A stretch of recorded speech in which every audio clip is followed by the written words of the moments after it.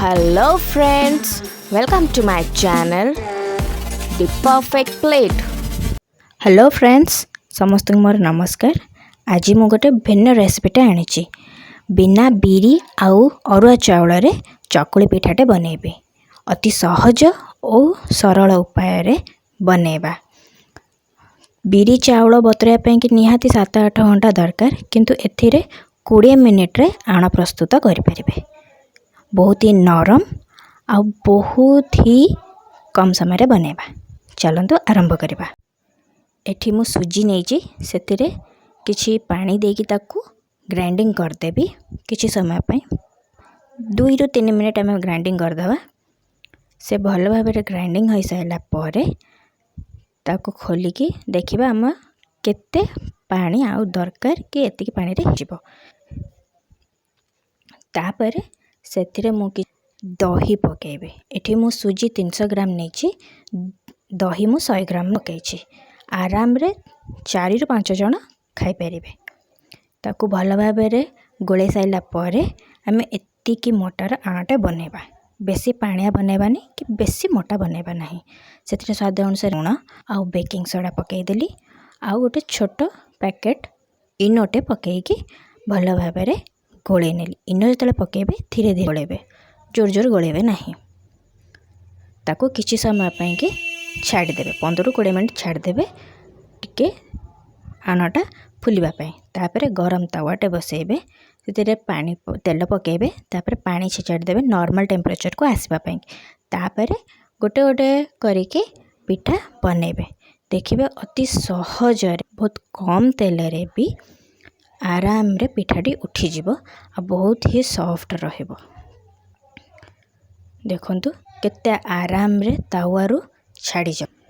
मो चैनल को सब्सक्राइब करबा को जमार भी भूलि। पूरा पूरी चकुली पिठा भलिया बिरी रो पिठा भलिया देखा जाउछि कि नहीं। आपण मध्य ट्राई करंतु, जानि परिबे। मो कहिल आपण बुझी परिबेनी कि जानि परिबेनी, तो ट्राई करिके मते निश्चय कहिबे।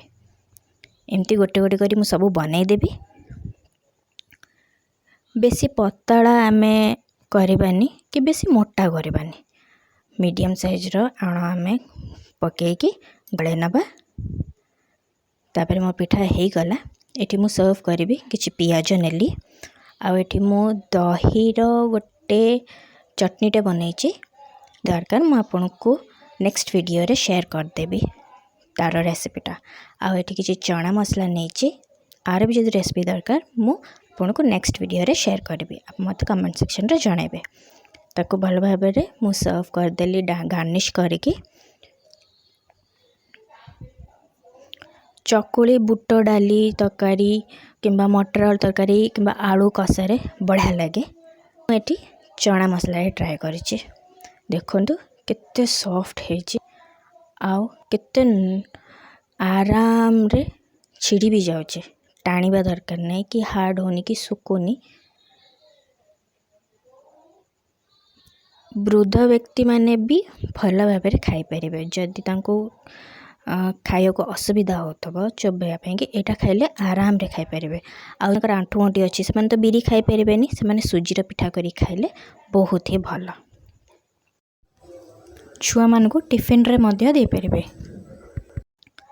मु एटी किछि चना तरकारी नै गेली, ता ऊपर किछि चटनी पकेगी पियाज दिहरे खाइली। बढ़िया ही टेस्टी हेतला। आपण मते ट्राई करंतु, मते कहंतु केमते लागिला। रहिली नमस्कार। Thanks for watching my video. Subscribe to my channel and hit the bell icon. Don't forget to like, share and comment. Follow me on Instagram.